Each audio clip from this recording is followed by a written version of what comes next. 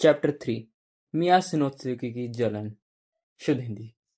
पिछले चैप्टर में ओसाका को फाइनली पता चल गया था कि उसकी फेटेड पार्टनर कौन है और उसको ये भी पता चल गया था कि शिनोत्सुकी सुसाइड क्यों करने वाली है। इस चैप्टर के शुरुआत में ओसाका शिनोत्सुकी के घर पहुंच जाता है, जिसका एड्रेस उसको उसकी चाइल्डहुड फ्रेंड टोका ने दिया था। वो वहां पहुंच तो गया है, मगर काफी रात हो चुकी है और इस समय किसी के घर जाना उसको ठीक नहीं लगता। मगर फिर उसे याद आता कि अगर वो भी कुछ नहीं करेगा तो वो कल का सूरज नहीं देख पाएगा। ये सोचकर वो डोरबेल बजा देता है, लेकिन घर से शिनोसुके की जगह उसकी बड़ी बहन बाहर आती है। ओसाका उससे पूछता है कि क्या मिया घर पर है। हाँ, शिनोत्सुके का पूरा नाम शिनोत्सुके मिया है। जिसके जवाब में वो बोलते हैं कि शिनोत्सुके तो घर पर नहीं है। और हम देखते हैं कि शिनोत्सुके एक बिल्डिंग की रूफ पर है और वो वहां पर इसलिए है ताकि किसी को भी पता ना चले कि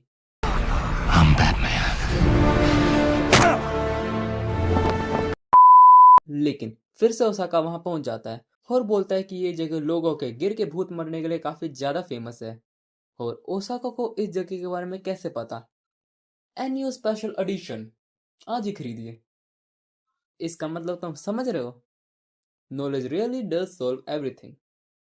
शिनोत्सुके उससे पूछते कि वो यहाँ क्यों आया है, मगर ओसाका का ध्यान अभी वहां पर गिरी एक मैगजीन पर चला जाता है, जिसके फ्रंट पेज पर शिनोत्सुके की बहन की फोटो लगी हुई है। ये देखकर ओसाका मिया से पूछता है कि ये जो भी तू कर रही है उसके रीजन तेरी बड़ी बहन है ना। जिसके रिप्लाई में मिया अपनी स्टोरी बताती है कि कैसे वो और उसकी बड़ी बहन पहले बहुत ही ज्यादा क्लोज थे, मगर एक दिन जिस लड़के को वो पसंद करती थी उसने उसकी बहन को प्रपोज कर दिया, जिसकी वजह से उसमें जलन आ गई और उसे लगा कि वो बस अपनी बड़ी बहन की एक परछाई है। इसी जलन में उसने वो अपना अकाउंट बनाया था, मगर चीटिंग करने के बाद भी वो अपनी बहन की बराबरी नहीं कर पाई, क्योंकि उसकी बहन के ऑलमोस्ट 2 मिलियन फॉलोअर्स हैं। ओसाका बोलता है, क्या बकवास है। ये सुनकर मिया बोलती है कि मैं तो तेरे को बताना भी नहीं चाहती थी, तूने ही जिद करके पूछा है और तू अब मेरी स्टोरी को बकवास बोल रहा है। ओसाका उसको बताता है कि उसकी लाइफ लाइन पर लगी है और उसको ये सब नस्करे करने हैं। ये बोलकर वो मियो का फोन छीन लेता है और उसके अकाउंट पर अपनी एक फोटो पोस्ट कर देता है, जो देख के मियो के फॉलोअर्स ओसाका को मरने कहने लगते हैं। और फिर हम थोड़ा होलसम मोमेंट देखते हैं, जिसके एंड में मियो ओसाका को किस करते हुए फोटो लेती है और उसको भी पोस्ट कर देती है। ओसाका सोचता है कि अब बस एक चीज बाकी है और वो मियो को वहीं पे प्रपोज कर देता है, जिसके रिप्लाई में ओसाका को फिर से रिजेक्शन मिलती है। ये सुनकर ओसाका फूट फूट के रोने लगता है कि अब मेरे को ना क्यों मिला, अभी तो तूने मेरे गाल पे किस किया था फिर भी। फिर हम अगले दिन पे जाते हैं, जहां पर हम ओसाका को स्कूल जाते हुए देखते हैं। ओसाका को रास्ते पे मियो मिलती है, जो डैम बाल कटा के और भी ज्यादा सुंदर हो चुकी है। ओसाका उससे पूछता है कि उसके बालों को क्या हुआ।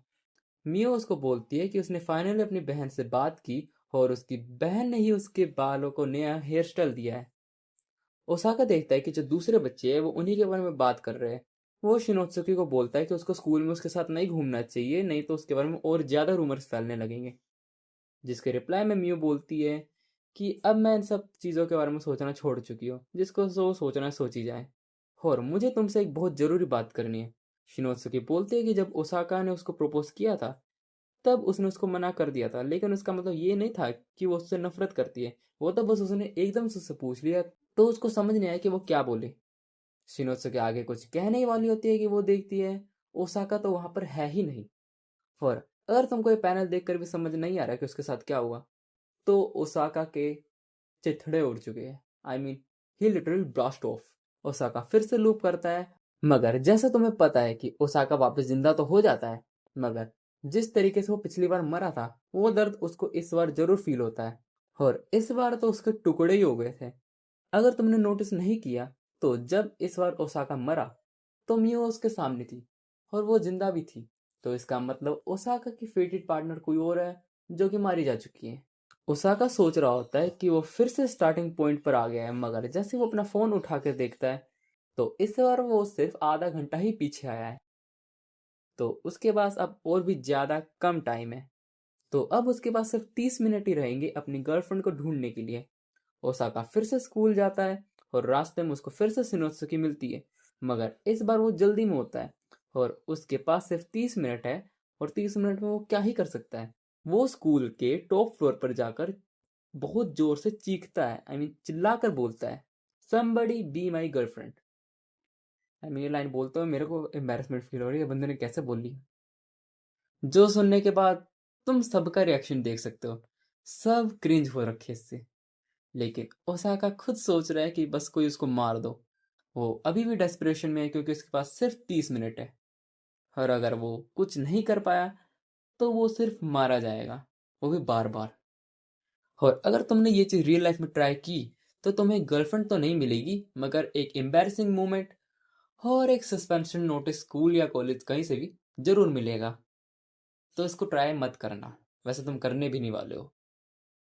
मगर क्योंकि ये रियल लाइफ नहीं है, ओसाका को सच में गर्लफ्रेंड के लिए रिक्वेस्ट आ जाती है। क्या चल रही है, जॉब एप्लीकेशन। और यहीं पर चैप्टर 3 खत्म हो जाता है। और चैप्टर 3 के एंड में ही एक न्यू कैरेक्टर आ गई है।